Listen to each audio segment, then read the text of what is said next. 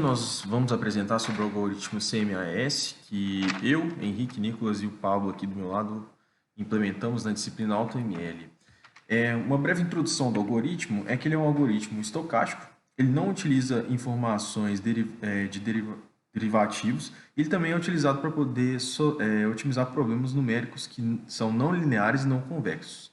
Ele é um algoritmo que pertence a uma classe de algoritmos evolutivos, ele possui etapas de recombinação e mutação. Além disso, ele também, para cada interação, ele vai gerar novas soluções candidatas, o que confere a ele a qualidade de estar nessa classe de algoritmos evolutivos. Então, o CMAS, como um algoritmo evolucionário, ele utiliza esses mecanismos de recombinação e mutação para gerar assim, novos candidatos a cada geração que sejam mais adaptados a partir do conhecimento dos anteriores. E ele faz isso para aumentar a taxa de sucesso a partir da escolha desses candidatos que ele considera são mais adaptados, fazendo essas operações de recombinação e mutação. A matriz de covariância, então, ela é iterativamente adaptada justamente para capturar as similaridades que existem entre esses candidatos à solução da geração atual. E ele é utilizado para guiar os CMAs em direções que possam escolher candidatos mais bem adaptados. Ou seja, a ideia principal do algoritmo é que ele tenta sempre aumentar em direção ao sucesso, ou seja, ele tem esse aumento na taxa de sucesso e ele quer se aproximar cada vez das soluções melhores. Ele faz isso através dessa matriz de covariância, como o Pablo disse, e também ele tem dois caminhos evolutivos, que na verdade, eles vão guardar as informações que são passadas nas etapas evolutivas do algoritmo. O primeiro desses caminhos evolutivos, ele é utilizado na adaptação da matriz de covariância e ele favorece o algoritmo para ir em direções que são melhores. O segundo caminho evolutivo, ele é utilizado para controlar o tamanho da passada, o nosso sigma, e ele previne uma convergência prematura sem prejudicar uma convergência mais rápida do algoritmo. Então, eu vou explicar o pseudocódigo rapidamente aqui do algoritmo. Na primeira linha, a gente define a quantidade de soluções que vão ser avaliadas por iteração. A gente inicia todos os parâmetros e coloca para rodar o algoritmo enquanto houver o tempo determinado ou o número máximo de iterações que ainda não chegou. Então, ele vai continuar rodando ali. Para cada amostra, nós vamos gerar uma nova solução candidata através da média e da matriz de covariância. A gente aplica, então, uma função de avaliação para essa solução. Nós ranqueamos todas as soluções da melhor para a pior, guardamos e atualizamos a média.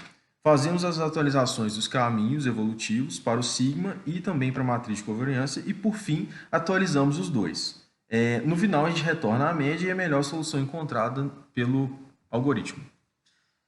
Nesse slide, então, a gente vai apresentar algumas das restrições desse algoritmo. Então, primeiro, ele está falando que cada candidato à solução ele é composto por N atributos. Então, assim, é como se fosse um vetor de características de cada candidato. Ele possui K passos, ou seja, esse K é definido pelo budget que nós definimos para o algoritmo, ou seja, qual que é o tempo de execução do algoritmo.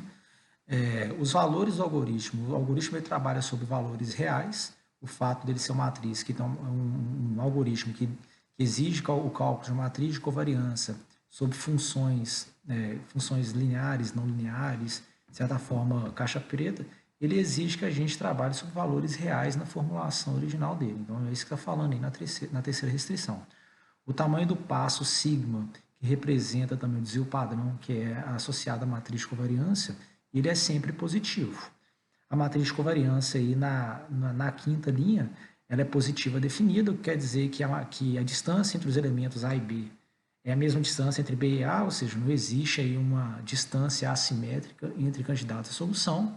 E por fim, está falando aí dos dois evolution paths, que é um termo dado para o algoritmo aí, para essa característica de você utilizar a informação dos candidatos anteriores, dos parâmetros anteriores, nos parâmetros atuais, de forma a alcançar uma mais controlada taxa de convergência do algoritmo. Nesse slide que nós estamos falando as restrições, principalmente associadas aos candidatos à solução. Então, na nossa implementação, nós falamos que deve existir, o tamanho da população deve ser pelo menos 1, embora na formulação do algoritmo ele recomende que seja dado pelo menos um tamanho de população maior do que 20 ou 30 candidatos, mas nós colocamos restrição para lidar com os algoritmos que são gerados pela gramática do AutoML. As médias elas são mostradas a partir de distribuições normais multivariadas, e essas distribuições normais elas são calculadas a partir de uma média que é representada pelo o ponto médio dos candidatos à solução, dos melhores candidatos à solução da iteração atual, e da matriz de covariância que tem a informação de todos os candidatos da geração atual. E na última linha aí, o que nós estamos falando, essa aí é a forma de geração de novos pontos, que é justamente a partir dessa nova média, mais um tamanho de passo sigma que é associado à matriz de covariância calculada na geração atual. A atualização da média, ou seja, o que o algoritmo faz, o C++ faz, é caminhar no espaço de busca, atualizando aí a partir da matriz de covariância as novas regiões de exploração. E ele move esse espaço de exploração a partir da média que é atualizada a cada geração. Então, o que ele está fazendo, na verdade, aí, é uma soma ponderada, representada aí, o termo de ponderação são esses pesos W, e esses pesos são multiplicados pelos melhores elementos, melhores candidatos da iteração atual, que é representado pelos x dos índices indo de I a lambda. Então, esses termos aí, eles são acrescidos da média, e essa é a forma com que o algoritmo move a média do ponto atual de forma a convergir em pontos melhores nas futuras gerações. Nesses próximos slides que nós estamos apresentando para vocês são umas equações que eles representam a atualização dos parâmetros internos do C++. E esses parâmetros internos, que são diversos, eles são responsáveis aí por, entre outras coisas, calcular o tamanho de passo dessa geração do algoritmo, atualizar a matriz de covariância, por exemplo, de reter como um certo efeito aí de memória informações associadas aos candidatos anteriores, que é justamente aquele termo evolution path que nós mencionamos nos slides anteriores. Então, isso aí confere aí ao algoritmo a característica de autoadaptabilidade, e que é a forma que ele faz para escolher esse novo caminho de evolução que é apresentado justamente na formulação original do algoritmo. Então, essas aí são as fórmulas que são apresentadas no artigo e que foram reproduzidas aí na nossa implementação. Um dos fatores aí decisivos que nós tivemos que escolher, que não estava na formulação original, era justamente uma função de penalização. Então, o que acontece é que alguns candidatos eles poderiam ser gerados fora da região factível definida pela gramática. Então, de alguma forma, a gente deveria penalizá-los para que a estratégia evolutiva, de certa forma, preterisse esses candidatos ruins em relação aos outros bons. Então, a nossa função de avaliação, da forma que nós criamos, ela foi criada aí com o objetivo, principalmente, de atribuir assim, valores de penalização que sejam proporcionais à soma absoluta dos pontos candidatos da geração atual. Então, assim, esses aí são os pontos que a gente menciona que estão fora dos limites definidos pela região de factibilidade lá na gramática do AutoML. E com a estratégia evolutiva, ela vai rejeitar esses maus candidatos de forma que o C++ convirja para bons candidatos nas próximas iterações. Agora a gente vai falar um pouco do tuning que nós fizemos. Primeiramente, a gente vai citar aqui que o CMAS ele não tem um hiperparâmetro para ser tunado. A gente escolheu o sigma, pelo menos, para poder fazer os testes. Ele não tem esse hiperparâmetro porque o sigma ele vai ser autoajustado dentro do próprio algoritmo. Então, ele vai ser adaptado no final das contas, mas mesmo assim, a gente utilizou os datasets do Wilt e do Diabase para poder fazer esse tuning e variamos o valor de 0.4 até 0.95. A gente acreditava que os valores abaixo de 0.4 poderiam ser virtualmente mais lentos para poder convergir. Então, a gente optou por deixar a partir de 0.4 até 0.95 e depois nós fizemos mais testes também para valores acima de 1.0 e detectamos que não havia uma diferença tão grande, ou seja, valores ainda acima de 1 seriam adaptados no final das contas. Nós escolhemos o valor 0.5 porque é um valor baseado na literatura e a gente teve resultados que foram praticamente idênticos, ou seja, tivemos pouco ganho na variação do sigma. Aqui está o Resultado da variação do sigma para o dataset Wilt, nós tivemos o melhor pipeline, foi o Complement NB, com os parâmetros ali listados em cima, e nós fizemos essa separação por fold, né? A gente tem os valores de F1 weighted obtidos, e nós podemos ver aí que são valores bastante similares por sigma, então não tem a variação. Da mesma forma acontece para o dataset do diabetes. Nós obtivemos o melhor resultado a partir do pipeline Perceptron, e como vocês podem ver aí, os resultados foram idênticos dentro de cada um dos folds para a variação do sigma. Para os outros pipelines avaliados, isso também aconteceu. Então, nós deixamos esses dois exemplos para poder, de fato, mostrar isso. Então, nesse slide, nós vamos mostrar alguns dos valores que nós escolhemos nas execuções para os pipelines de treinamento, que são o Wilt e o Diabetes. Então, nós utilizamos aí os pipelines Perceptron, um Simple Imputer com algumas variações de parâmetros. E a gente está mostrando os resultados aí para treinamento e testes dos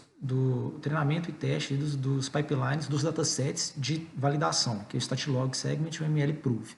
Então, a gente vê, por exemplo, que em alguns casos a execução teve uma acurácia muito boa, só que em outros casos aí não justifica a utilização do C+, em relação a uma estratégia, por exemplo, de busca aleatória.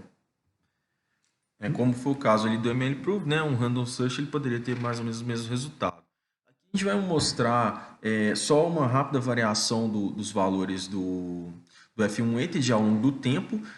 Primeiro, esse pipeline, a gente pode observar uma tendência, o pipeline Perceptron para o MLProve, que ele inicia com valor baixo, sofre variações no meio e termina com valor médio, mas de qualquer forma o maior valor obtido foi no final ali do Fold 2 e a gente já aguarda ele para as iterações futuras. Aqui a gente percebe uma linha de tendência que inicia com a melhor solução e termina com uma solução um pouco pior logo à frente, mas mesmo assim, como eu disse, a gente já aguarda o melhor valor para poder tê-lo no final mesmo como resultado.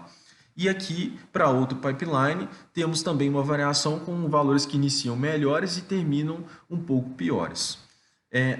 De modo geral, o que a gente pode ver é um comportamento, de certa forma, oscilatório do C+, com uma das premissas que ele tinha era de certa forma, as funções objetivos serem funções injetivas. No caso, como a gente quebrou essa premissa, do C+, aplicando sobre uma função para otimizar pipelines, ele acaba tendo esse caráter, de certa forma, oscilatório.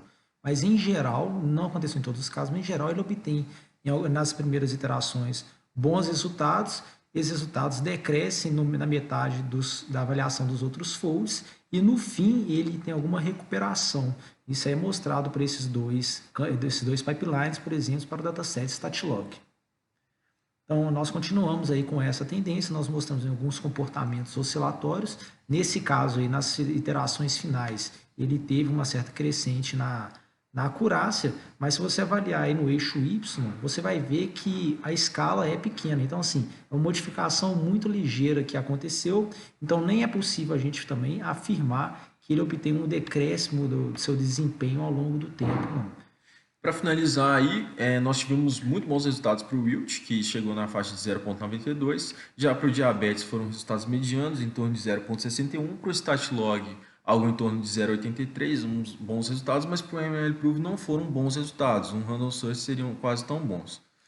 No caso aqui, uma das justificativas que nós apresentamos é que o tamanho da população ser baixo é um problema para a convergência do C+, ele não explora tanto as regiões, ele não explora tantas possibilidades, então ele fica preso em alguns pontos de ótimo local também, ele não consegue sair daqueles pontos, e também a gente pode argumentar que a função de penalização pode não ter sido adequadamente escolhida, então vale a investigação de trabalhos futuros. E a gente também justifica a utilização do sigma 0,5, porque a gente não obteve grande variação para os outros sigmas nas demais experimentações. Então, assim, o sigma, de certa forma, ele não é um atributo indicativo, influente na convergência do algoritmo. O C+, vai adaptá-lo de alguma forma. Valeu, pessoal. Até mais.